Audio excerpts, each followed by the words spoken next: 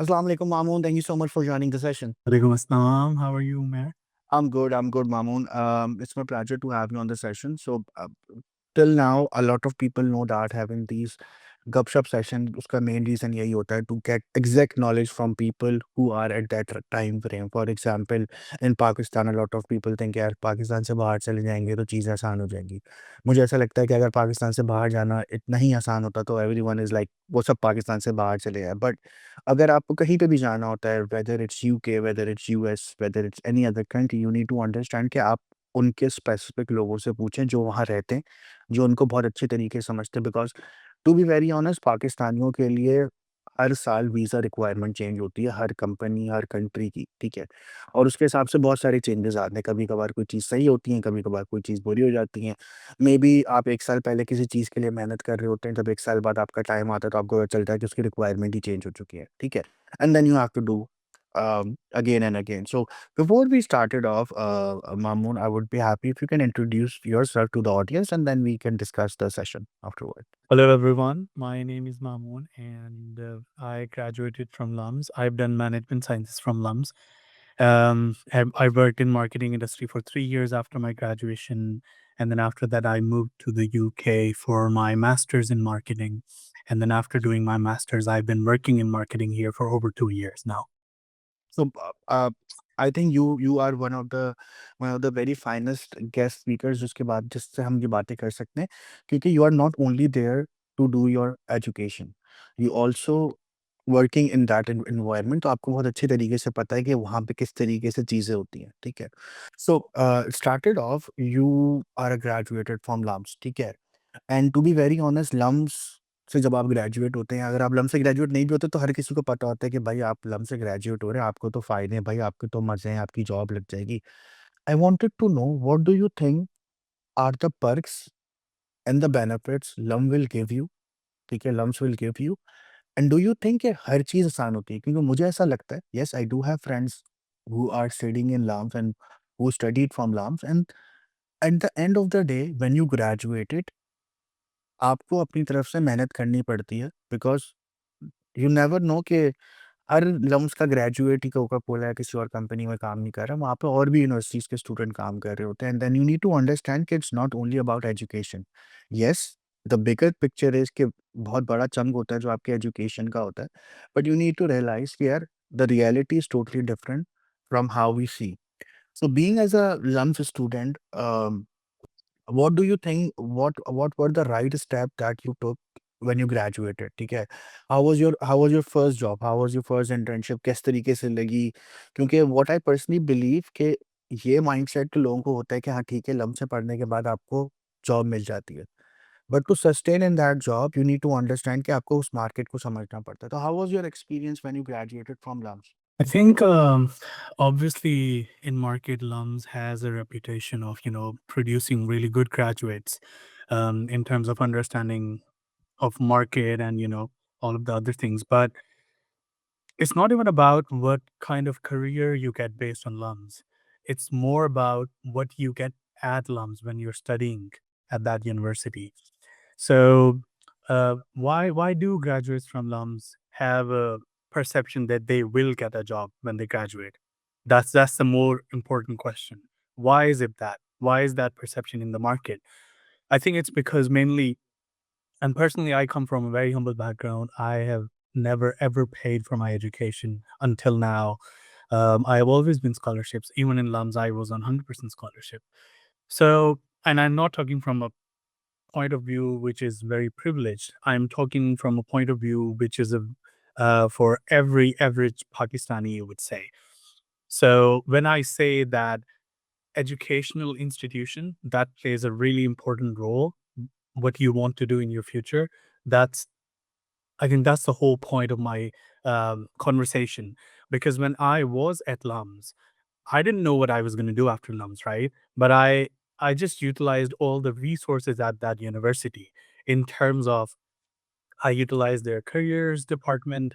I utilized all the good courses they had to offer. I utilized all the societies, the experiences you can get from those working in those societies in different departments. I remember before LUMS, I was like 95 percentage student. But in LUMS, in my first year, I actually met a professor who gave me a really good advice. I still remember her. She told me you need to decide when I joined LUMS, because I also remember being a 95% student from FSC, or matriculation system. I also used the similar methodology in LUMS, but I actually failed in my midterm in one of the courses in my first semester. And that was a real big shock for me, that how is it even possible, that I can fail a course, which I've never done in my whole life. And then she called me into her office in her office hours, and she gave me a really important advice. She told me that whatever you have learned until now, you have to unlearn it, because LUMS is a totally different place. The process for unlearning is way important than learning, I would say. So she told me, if you want to, be successful, you have to come up with a new methodology. Um, Look around. What are people doing? Who, because in LUMS, in your school, you might be the topper of your school, of your class, but in LUMS, everybody's a topper of their schools and classes, right? So you're competing with clones of yourselves, or even better than you, you know? So you have to seek support from your peers. So, because she told me that as much as you can talk to your peers, you have to talk to your professors as well. That's one of the biggest advice she gave me, that you have to come to the office hours professors set out. You have to talk to them. Why? Because when you talk to the professors, they know you personally, they know your name, and in the class they know your face. Then they call out to you. And also, maybe in your conversations they give you advice which nobody has. They tell you how to prepare for the exams, they tell you what are the more important things in the course. You never know what those conversations are going to lead to. So I believe when you're at university, whichever institution it is, it's not just LUMS, I would say, you have to see what kind of opportunities you have. And I understood after that reading that maybe I don't want to be a 4.0 in LUMS. I want to be an average student, but with different kinds of experiences in my bucket. I wanted to I joined a lot of different societies, which I had never done, because my background is from Bahawalpur, and there is not much opportunities over there to do that kind of stuff over there. When you're at university, I think what matters is, don't think about what happens after the university.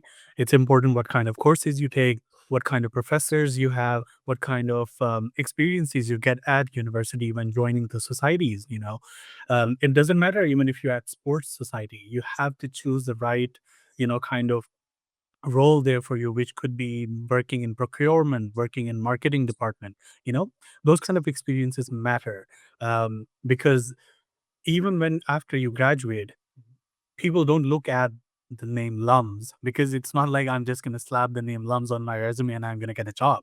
It's not about that. It's more about how I present myself based on those experiences. I remember one of my professors told me that, um, she actually gave me an advice. Remember, it's always the books you read, the people you meet, and the experiences you have. Mm. And I always, give importance to these three aspects of my life. Surround yourself with really good people who push you to your best, and get experiences which will help you with your career afterwards as well. And then also choose courses which align to something you like, because you don't know what you're going to do after graduation yet. So you can't choose your courses based on that. Why not just make it easy for you?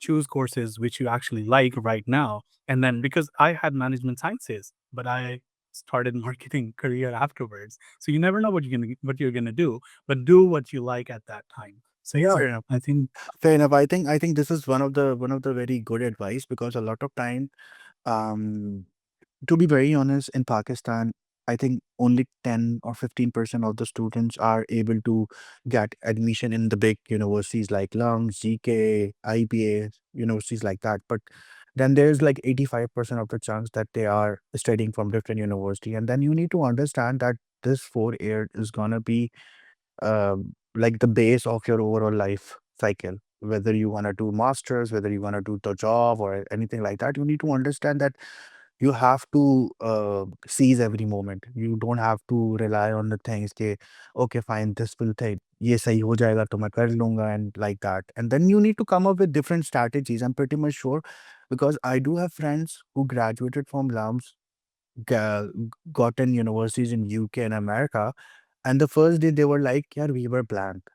हमें ऐसा लगता है कि हमें सब आता है and the second thing you started off कि यार नहीं यार आपसे बहुत बेहतर लोग भी हैं and you need to understand that कि maybe you are good in something but there are multiple people that are much better than you in a lot of better things. So moving forward, so you invested few years of your time frame in Pakistan after your graduation before you moved to Boston.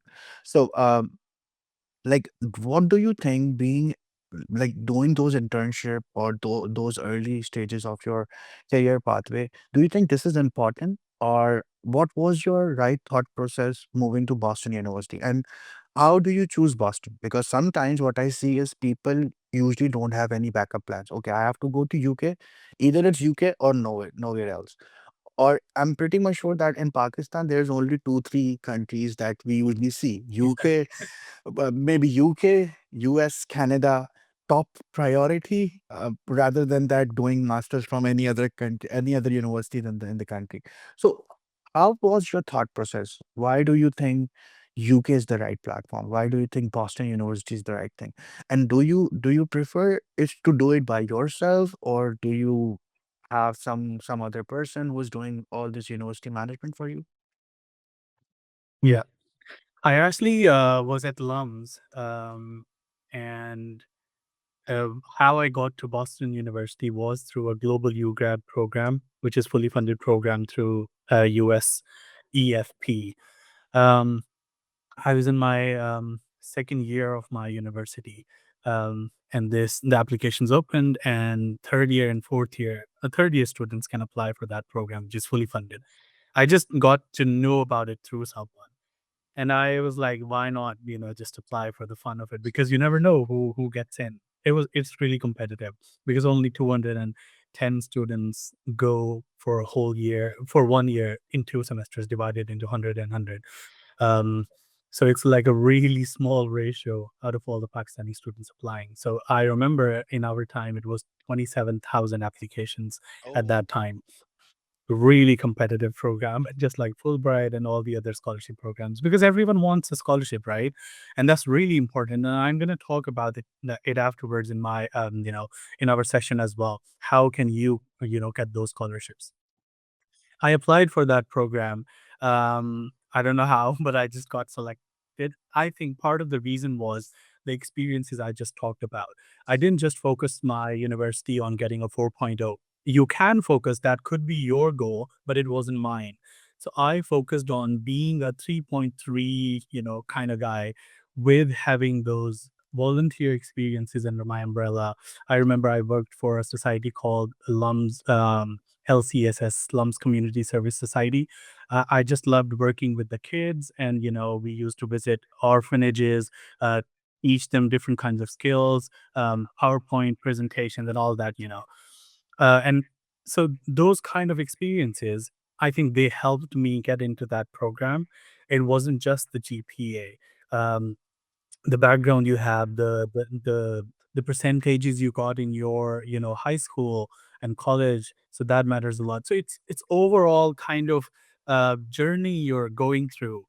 So I would suggest do not focus on just one part of that journey, because all of these things together, they are your journey. And whenever somebody is going to ask you what's your story, you can't just highlight your GPA every single time, right? So you have to have all those things. And that's how I believe that I got selected for the program. I went there, and I think that was a life-changing experience for me. Um, because I never thought of going to the US, let alone I had never been out of Bahawalpur. I came to Lahore for the first time and I got into LUMS, right? And give LUMS credit for that. All of this journey after began after LUMS, all those good things after happened after LUMS. Why? It could be any other university, because I was on that program with students from universities I've never even heard about, from different kinds of cities, far areas in Pakistan. That means the education system is there, the universities are there. Students just need to find the right, resources at their institutions, right information at the right time. I would say that's really important. Um, so how I mean, that was pre-decided that I'm going to Boston University because you don't have a say in choosing your university. But I think based on my profile, I remember my advisor at Boston Uni when I, met her for the first time. She told me that you're the first Pakistani student who has come to Boston University after 6 years. Nobody has been placed here for 6 years in a row. And I was really glad, because that program that shaped my life in a totally different direction. Um, it I didn't know how to speak English. I learned it over there because I was forced to speak English over there. There was no other choice. I had to speak English. I had to learn everything in English. I had to make jokes in English. I had to, adapt culturally over there as well. So, but after that program, that's I think when I came back, that's when life actually started, I would say. So because I was back to reality, Pakistan, there's everything is the same, the market is the same, the economy is the same, and I just need to make my own way now. So after completing my graduation, um, I remember my mantra for life is Benjamin Franklin's quote, actually, which is, "If you fail to plan, you fail to. If you fail to plan, you plan to fail." That's my mantra for life. So I came back from Boston and I made a plan for myself because otherwise I'm not getting anywhere. I made a plan when I graduate, what do I want to do? And in my junior year, in my third year of university, I started talking to people who graduated LUMS and were in jobs, right? Started creating my network, which is the most important thing when you want to get a job, right? One of the most important things. I started talking to people in different kinds of jobs who graduated in man sciences, right? I talked to them. Somebody is in finance, somebody is in marketing, somebody is in sales. Talk to a lot of people because I don't know what's going on in those careers. I talked to people. I got to know maybe I'm interested in sales, so I started applying for sales jobs. I still remember I joined a company and I reached out to a senior over there, that I have my resume here for you.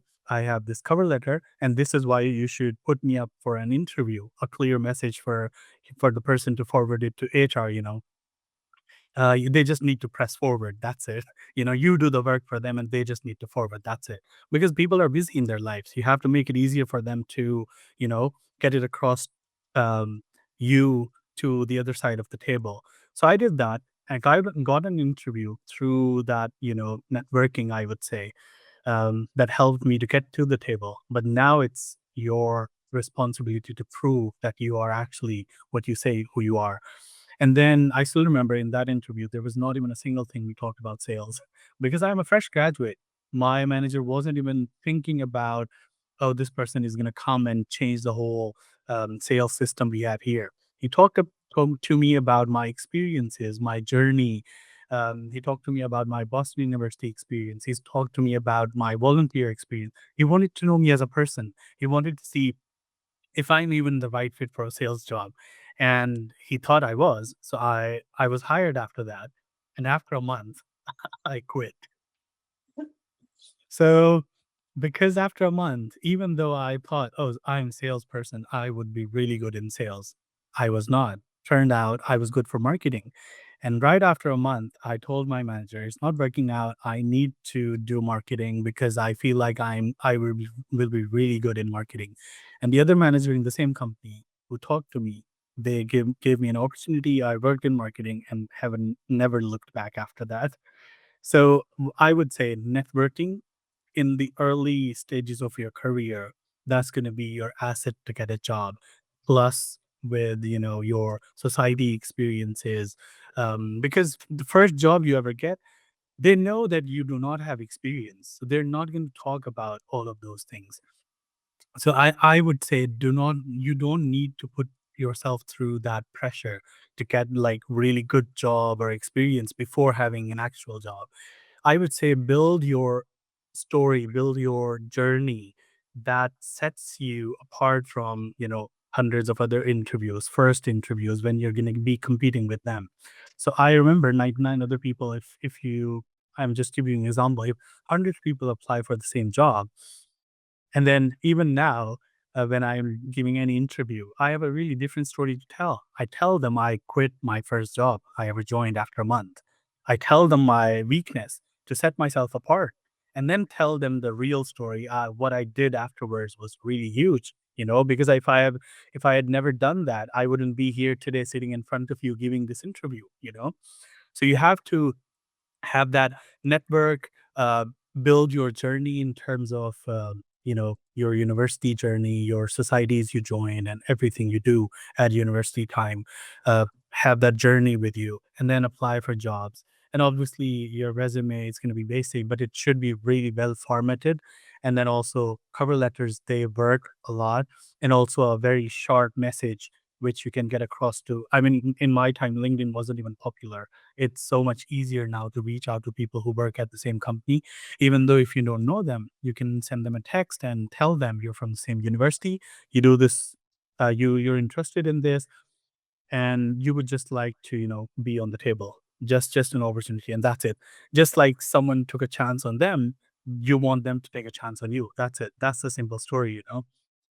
So I think that's the lesson I can take from that. I think this is a very, very good example because the point when you realize that um, not everything is meant to be for you. You so first of all, you have to try that. You need to understand rather than people saying that you can't do it, you should try it and you have an idea. Okay, fine, this is not for me. I can move to something else. And also, what I personally believe, sometimes in the early stages of anyone's career, people don't take risk. What I personally think in the starting of your career is good.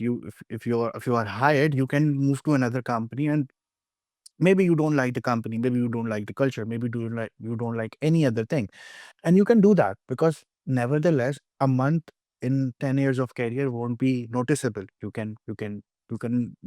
maybe not mention it if you are not working for any company more than 3 4 months. But at the same time, we need to understand that networking and being on the right pathway is important, but what do you think is right for? It's not about telling your mamu or chachu ke bete ke beta aap ye kar lo. What I personally believe ke, okay, if you are in university, if you know that now this is something that I wanted to do for next 4 years, you need to put every effort in that thing. So when you graduated, you have a good connection circle. A lot of people know you, so you know the market very well before you graduated, and I'm pretty much sure we both are aligned on that. The second thing is, so now you're living in UK. You have worked in Pakistan, you have studied in Pakistan, but now you are in UK. Uh, yes, we do have this mantra ke Pakistan se bahar chale aao, life set hai.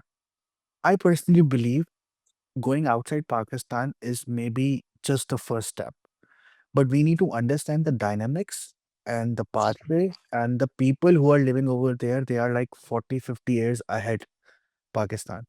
So first of all I think 2 से 3 महीने लगते हैं आपको सिर्फ़ उसका structure को समझने में। ओह फाइन, आप हर चीज़ को देख के अमेज़ होते हो। You are amazed with subways, you are amazed with taxis, you are amazed with the structure, you are amazed with every small thing because at the end of the day you are coming from a country where वहाँ पे हर चीज़ पैसों से होती है, and then you realise okay fine, I don't need to carry my wallet, I just have to have my phone and everything I can do it my phone.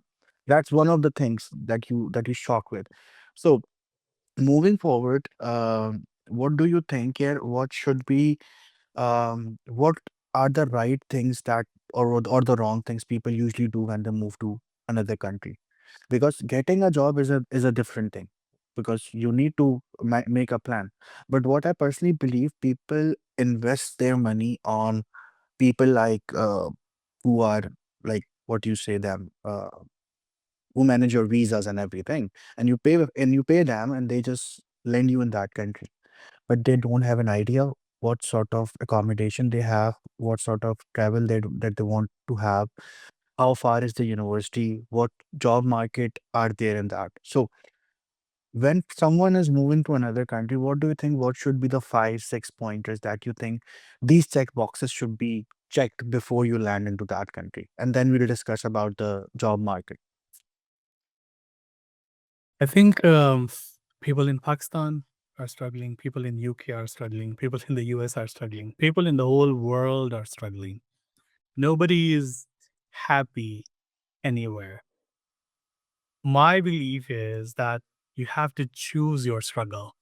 So whether you want to struggle in Pakistan, whether you want to struggle in the UK or any other country, you should be the person who chooses it, you know. And how do you choose that is how do you even choose to come to the UK? That or how do you come to choose to the US or Canada? I got that clarity when I worked in the industry after my graduation and not coming to another country right after my graduation. So I worked in the industry for 3 years in Pakistan, gave me a really good clarity on what I want in my future.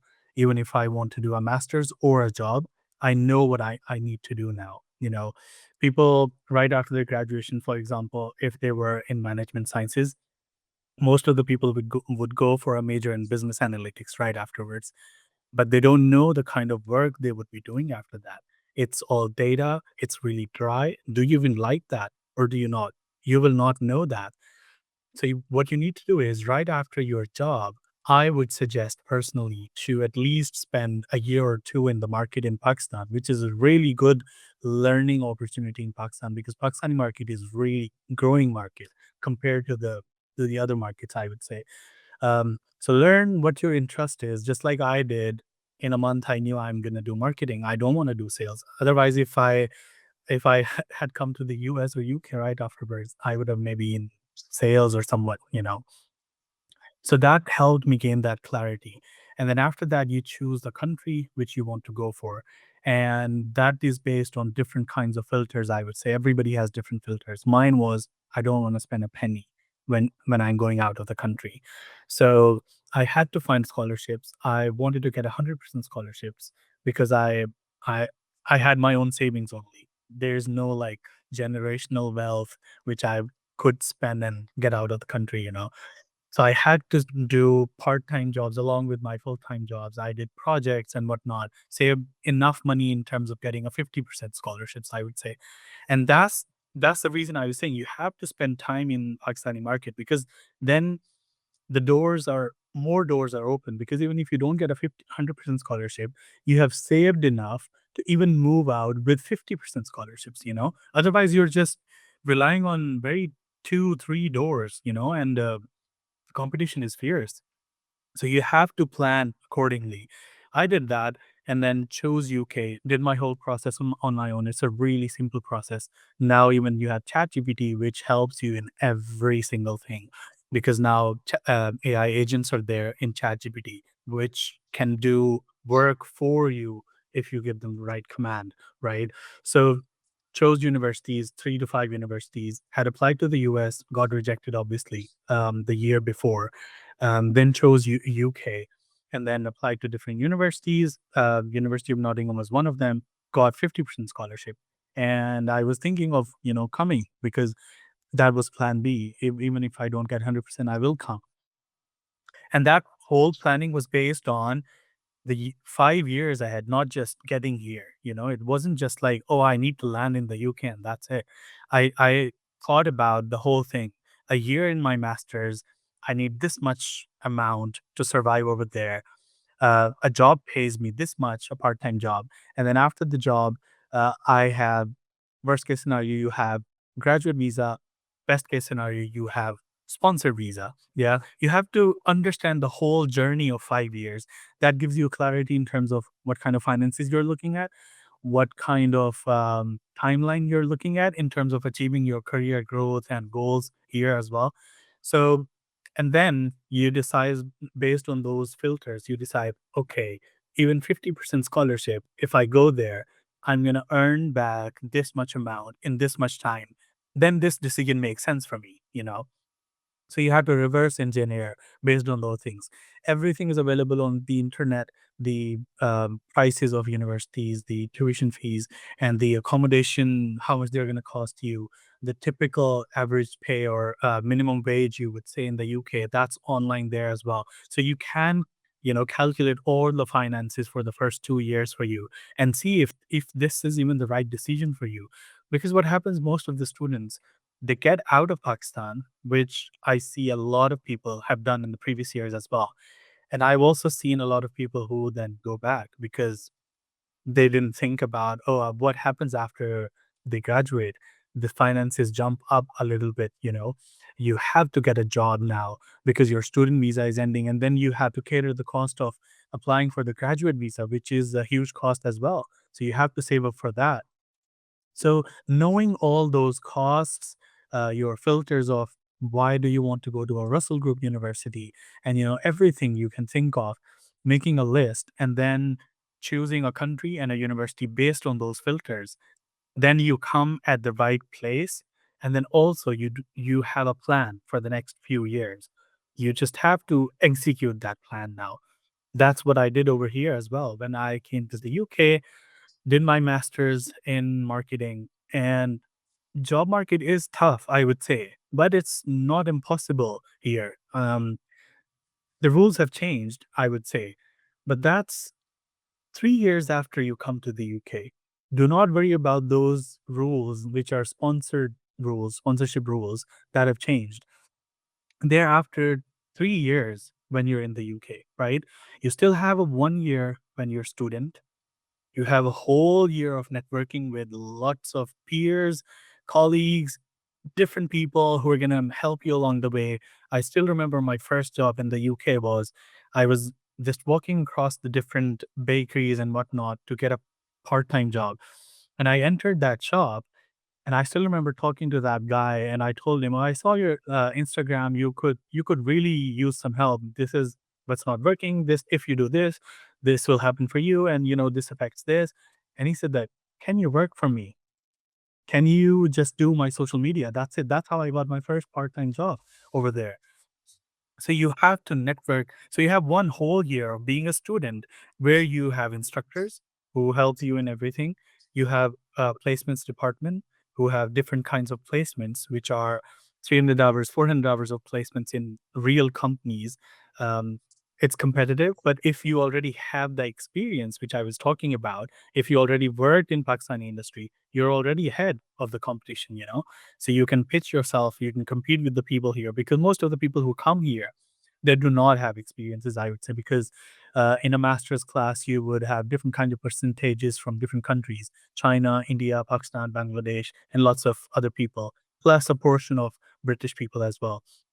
And that was the case in my university.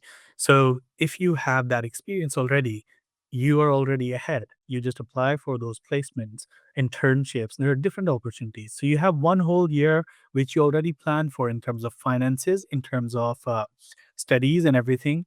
And then also getting a part-time job. That's your only job in that 1 year: to network with people, to get a part-time job, and stay on top of your studies. It takes a lot of, I would say, time management and also discipline. And I always, remember this, that discipline is always better than motivation.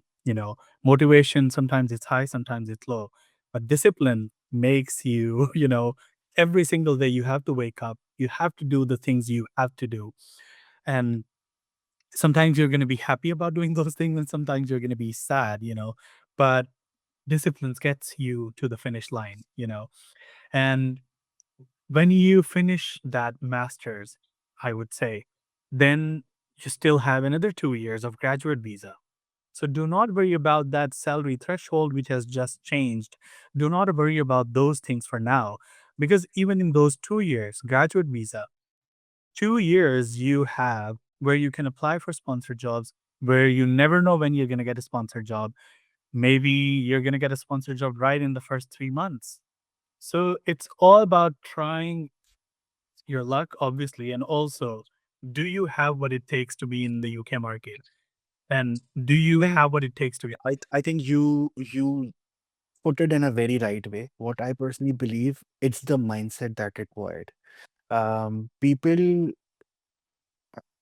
I think as a Pakistani, to be very specifically, we see the wrong things first rather than the right pathways. So we come up with the things, okay, fine, we have to focus on that, we have to focus on this. This is what I believe. When I moved to UAE a couple of years ago, when I meet people and I was like, okay, fine, there are different nationalities who do have these same issues of getting their visas fixes, and yet that they are not that much panicking like we Pakistanis are. Because what we think is, if sponsorship, if the things are we see things like, okay, fine, when we graduated after 3 years, what should we do? And we don't invest what we need to be done at the specific time frame that you just said that. Yes, you can change a lot of things, but motivation can give you a part-time thing, but you need to come up with a discipline. You need to make your connection building. You need to come up with plans. You need to meet out with people. You have to become an outspoken person to go to someone and ask for that, because no one knows that there's a person named Mamoon who's from Pakistan, who's studying in XYZ university, needs a job. Because you need to go to that specific company, you need to go to that specific brand and just ask them, can I help you? Can we work together? Or maybe something I some no matter what, maybe out of the blues you got some job like you did. You just sharing your example. So that is much important. Moving back to one most important thing is to understand the job market. Because what I personally believe that, yes, we need to understand that being as a Pakistani, being as a Pakistani passport holder, we have to see a lot of factors like sponsorship and everything like that. But and then what I see is the biggest backup plan of a Pakistani person is to uh, maybe becoming a taxi driver, becoming a odd job thing, because you can do white collar jobs. I know people who are studying, who are doing white collar job with respect to this completing their graduation or masters.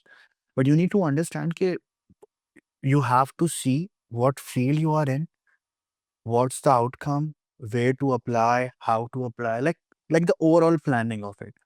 So, what do you think? What should be the right approach when you're applying in UK specifically? Because what I see is in UAE, a lot of people reach out to me and they were like, "I wanted to move to UAE," and I was like, "Okay, that's a good decision that you wanted to grow in your field, but what should be your roadmap? What क्या सोचा क्या है आपने?"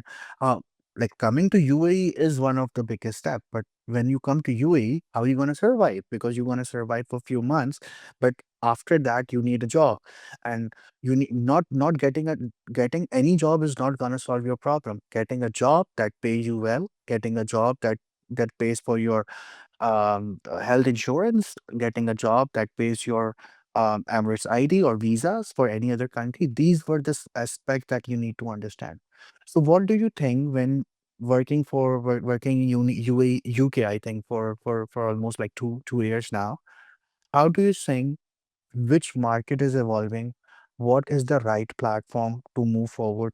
As you see that in marketing, what I personally believe after Corona, things get very much different in every sort of like every part of the country, every part of the world. Like digital marketing boom, we see a lot of different things. Brands are making things. A lot of brands are coming with different ideas, and marketing is like going very well. But you need to understand like either you need to go to digital, either you need to go to conventional, either you need to go to XYZ department. How do you think what should be the right roadmap when you are applying for jobs in UK as a Pakistani national for now in 2025? Um, I think I would start by saying this, that job market is tough. Every job market is tough, be it US, be it Pakistan, be it UK. Um, what helps is obviously the discipline, but planning, as I said, if you fail to make a plan, you plan to fail. So I know in my circle, 10, 15 people I knew when I was student, all of them have sponsored jobs right now. Somebody got right after graduation, somebody got after 6 months, somebody got after a year, somebody just got the sponsorship. And they were all worried at some point, right? And it's going to be the same with anyone who's coming to the UK. It's overwhelming. It's very tough because you're alone. Um, you're away from your family. You're emotional. You're overwhelmed. That's all, part of this process. That's why I say discipline is the only thing that supersedes all of these emotions. When you're disciplined, you have a plan, then nothing can stop you from getting that sponsored job, right?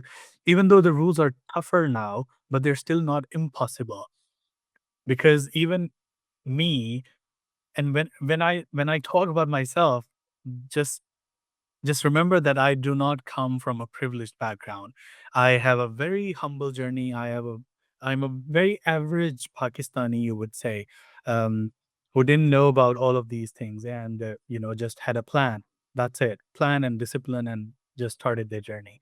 So when I graduated during my masters here, lots of universities, they give you opportunities in terms of consultancy challenges, projects, they give you placements, they give you internships.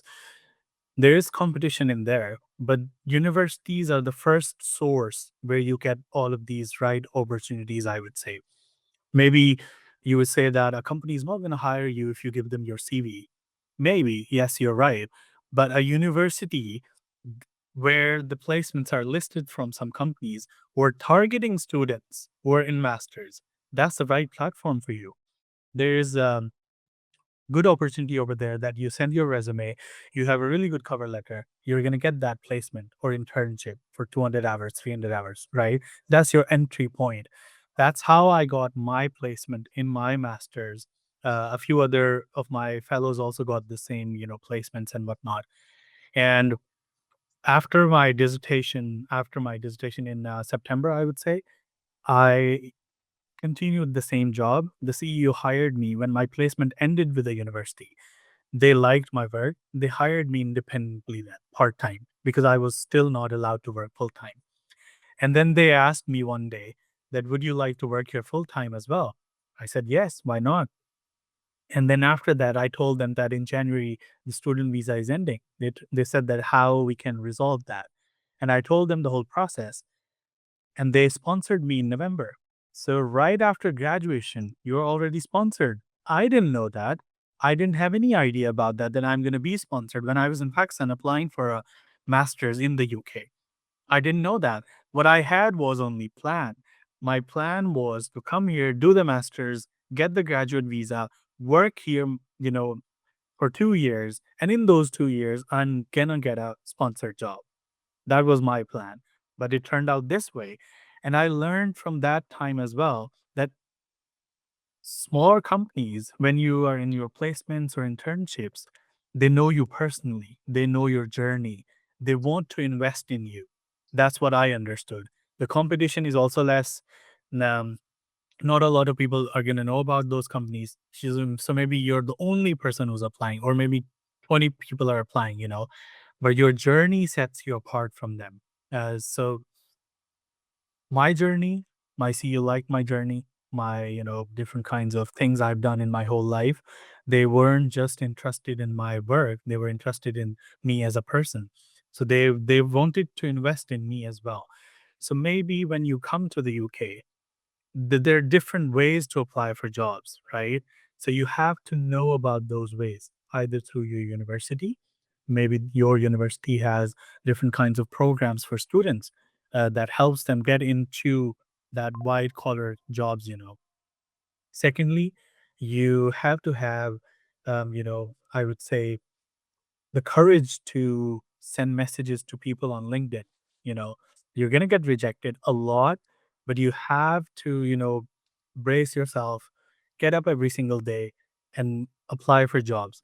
What I see the problem is what I've seen here as well.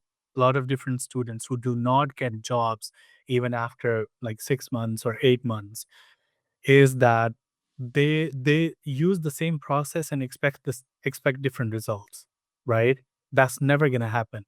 If you applied for 1,000 jobs in like 2 weeks, I a sane person cannot even believe that did not even get a single interview. It's maybe now the problem is with your process then, how you're applying. Because it's just humanly not possible to get one out of 1,000 top probabilities. Like, it's just insane, you know? So you have to work on your process. So, for example, in my case, my personal process of applying for jobs, because I changed my job after a year as well, and they didn't have a sponsored license. They got the license for me. They wanted to sponsor me as well. So I got two companies.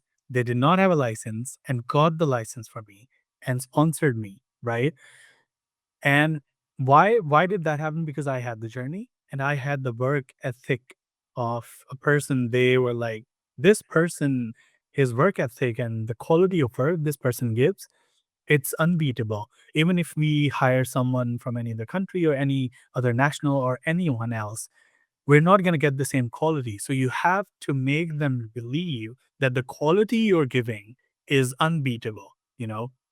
And that's why I say that the experience you get in Pakistan is going to help you here, you know? That's why you have to gain at least a year experience in that market. And Pakistani market is really fierce, by the way. You get a really good experience of working late hours and competitiveness and whatnot. You can see the worst nightmare in Pakistan, what I personally believe, because Exactly. this is how this. I think Pakistani market is one of the very finest example. Uh, they they train you in a way that anything else will look easy to you, like whatever it is. Like for example, I still believe that there's a conversation between me and a person who was in the office, and we was discussing about our previous experiences, and I was like, yeah, okay, fine, we were there and we worked for like I think 11 p.m. And they were like, what 11 p.m., how you can like work for 11 p.m., 6 p.m. I'm done, I have to go to home. That's how you realize that every culture is different, because the priorities are different. Yes, you are right, because a lot of time people don't self-evaluate that they themselves. Like for example, they say that we are sending resume to like thousand places, but we are not getting back. And I was like, the same thing that you just said, that the probability is very low.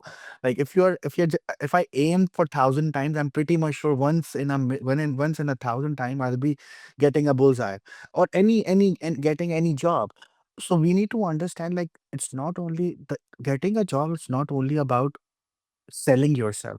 It's to tell people that how can you solve a problem. Because in your case, if you're saying that, yes, people will go beyond their limits to acquire anyone if the person is good for them.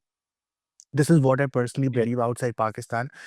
This is something, because if they believe that you are the right person, they are not gonna go to that same hassle of hiring someone else, putting their 3 4 months of their time frame, and then getting that person, and then teaching them the same thing, and getting half a year to get them to a level that you are at exactly at that same time. They need to go beyond their limits, but then you need to realize that you have to show them that I am capable enough. And Yeah. what I And personally believe, and what I personally believe, that a lot of people are hesitate to do that, because they are like, I don't know, if we go to UK, maybe we didn't get a job. And I was like, you have to go there. You have to be in that shoes to understand that either you and like coming like people are like afraid of, we don't want that, because we don't want that. We don't want to come back to Pakistan. I was like, what's the wrong in it? Yeah, like again. there's a there's a saying, which I really like. The answer is always no if you don't ask. So it's just like that. If you don't come to the UK, you're not gonna get a job. So you Exactly. have to come here. And And the process. you're saying something. Yeah. Yeah, I was just gonna briefly talk about the process of actually getting a job, you know.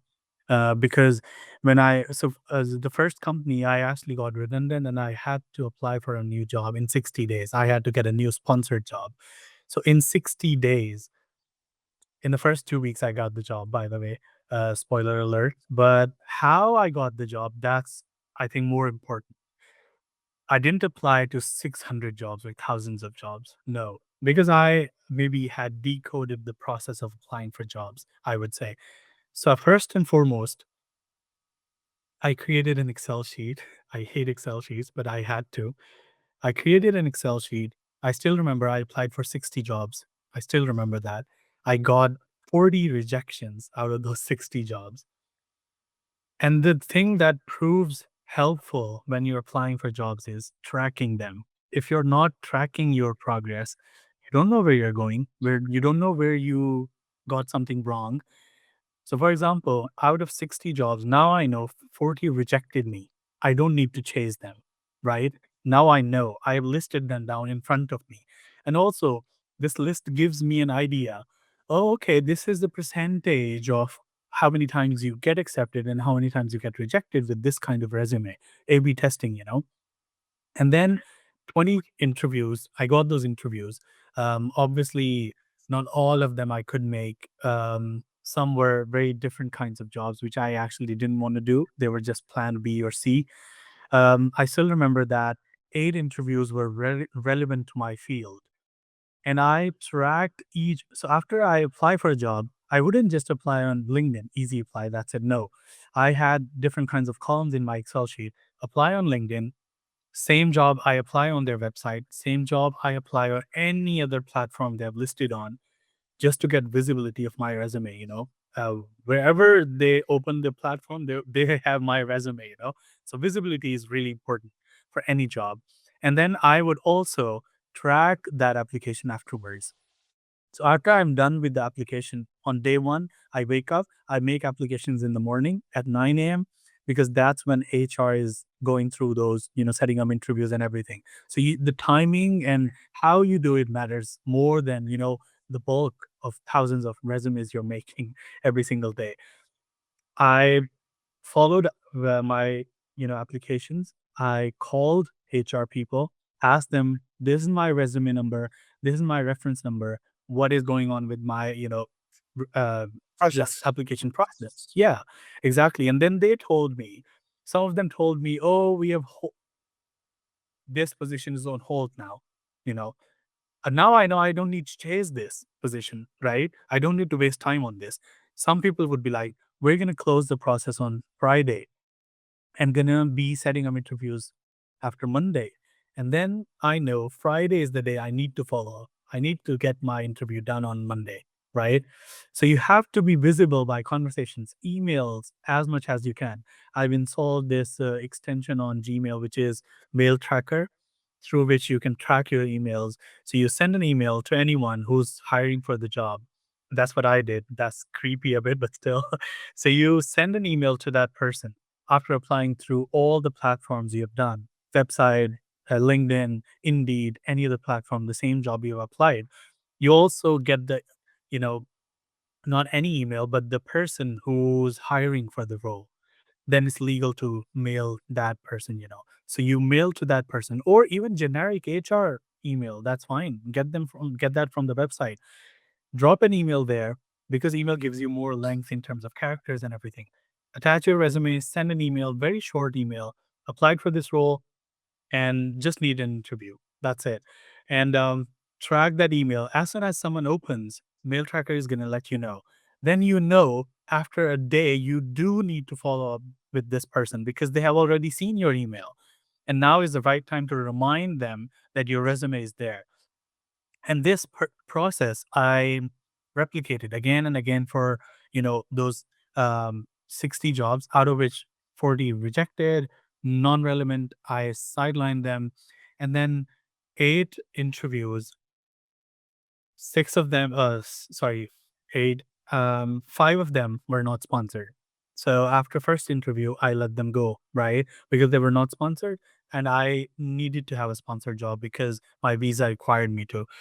And then 3 jobs, I did interviews with them. and they were open to the idea of sponsorship. When I told them this is my deal breaker, you have to give me sponsorship to be able to work for you.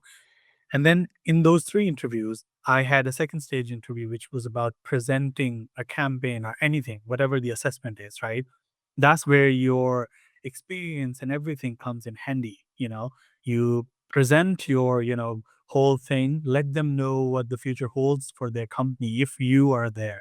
Without them, you need to show them, oh, if you don't hire me, this is going to happen. But if you hire me, this is going to happen. And then through that process, I got the job. Even I had a 60 days buffer. I got the sponsor job in just 2 weeks. That's it. So it was all along about the process I followed. I didn't apply to 600 jobs, just 60 jobs, but cracked every single job. So what I personally believe, quantity over quality always win. Um, I think getting a job in any country, the maximum it will take, I think, 4 months. The minimum it will take a day. You need to understand it will go beyond 4 months if you're doing just something that everyone is doing, because you need to understand that what should needs to be done. Because sometimes people need to understand you're not getting selected is not you're underqualified, maybe you're overqualified, maybe your job requirement, maybe your salary, maybe like there are multiple factors. People usually think that go on LinkedIn and click on that easy apply will get a job. Just above that, you can see the number of applicants apply for that position, and then you need to understand there is always a tracker behind it. How many resumes are gonna go through, and how many resumes are humanly possible to see in that list. And then you need to understand the overall dynamics that timings do matter. Um, in your case, what I personally believe, yes, you can crack any code until or unless you know that what you are doing wrong.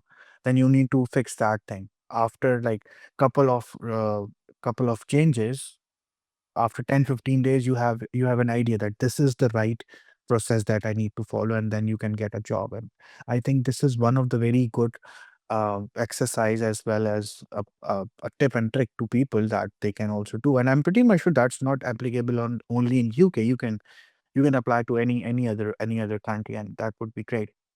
I think, Mamoon, we have discussed very good pointers, and it's my pleasure to have you on the session. I'm pretty much sure a lot of people will learn good things from that. And if they wanted to have anything, they can reach out to on LinkedIn. Just for the audience, write a proper message. Don't say hi or hello. I'm pretty much sure then you will gonna be getting a proper reply from Mamoon as well. So thank you so much, Mamoon. It's my pleasure to have you on the session.